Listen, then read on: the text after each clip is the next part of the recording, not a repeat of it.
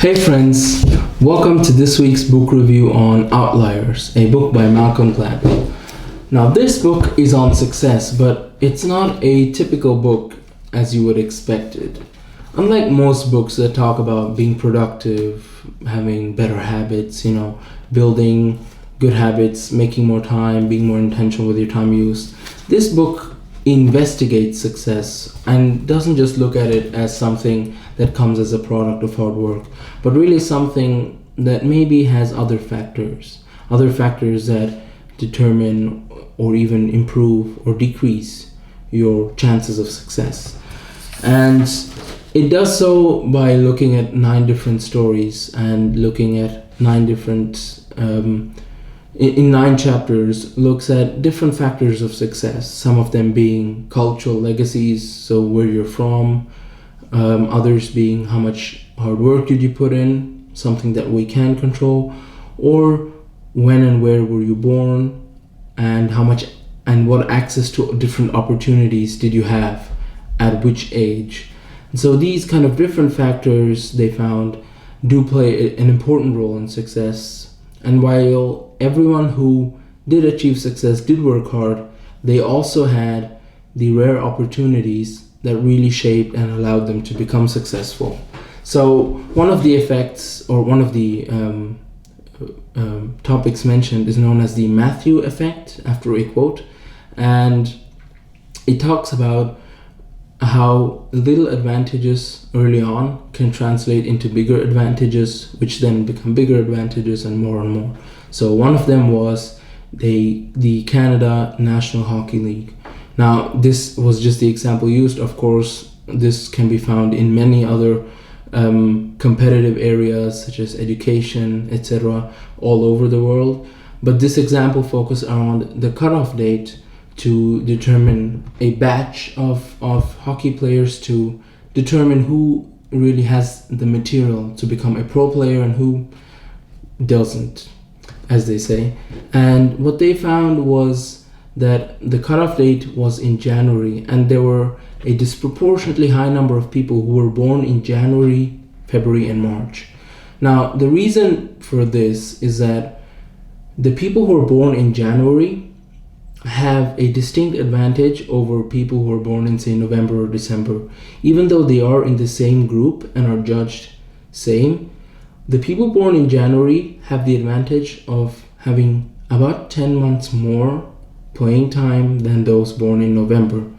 And this difference could be minuscule. It could be being just a bit taller, especially at a younger age, or being a bit faster, or having a few better moves up your sleeve. But that was enough to make the cutoff, whereas someone who would, at that age, with an extra 10 months, might be equally good or maybe even better, just did not make the cutoff. And what this means is that small advantage means that the person born in January now made the cutoff and now gets more attention, gets more time, access to better coaches, better equipment, more opportunities. And that small advantage now suddenly becomes, if you work hard, you can make it to the pro league. Whereas a person born in, say, November or December, they are cut off from this opportunity and just don't have these opportunities and experiences that a person that is born in January has. So it shows how being successful doesn't only matter on how much time you put in, but it could also be when were you born. Another example that I could somewhat relate to was the example of the founders of big computer companies like Sun Microsystems, Microsoft, and Apple.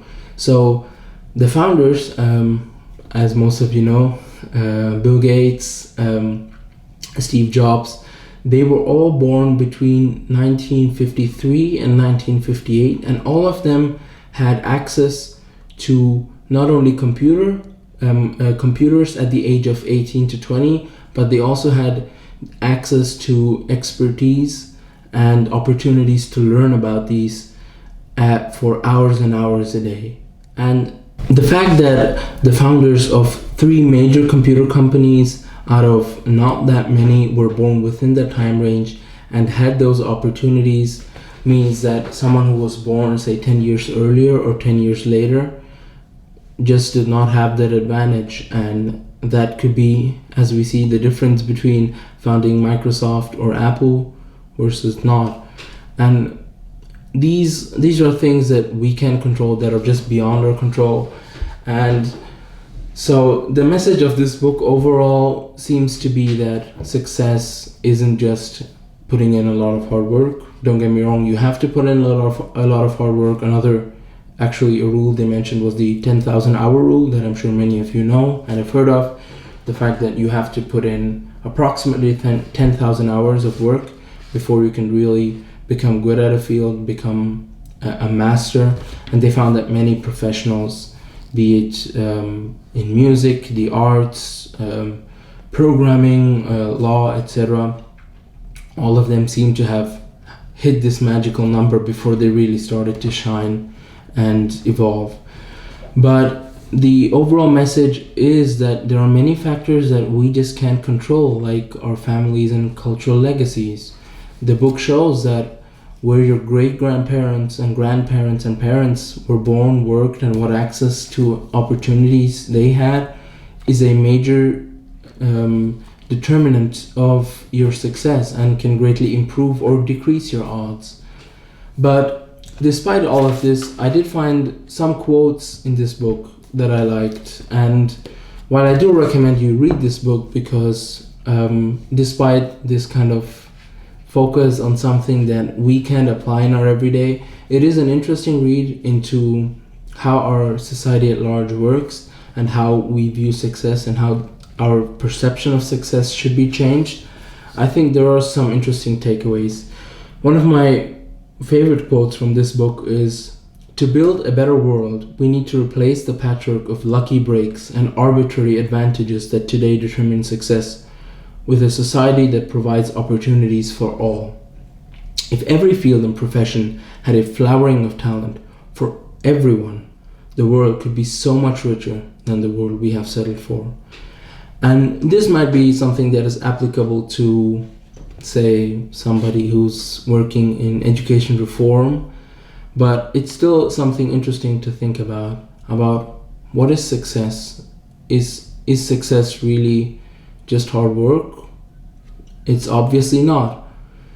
But my takeaways from this book is, whenever you hear a success story, don't be fooled into thinking that it's just the hard work of one person.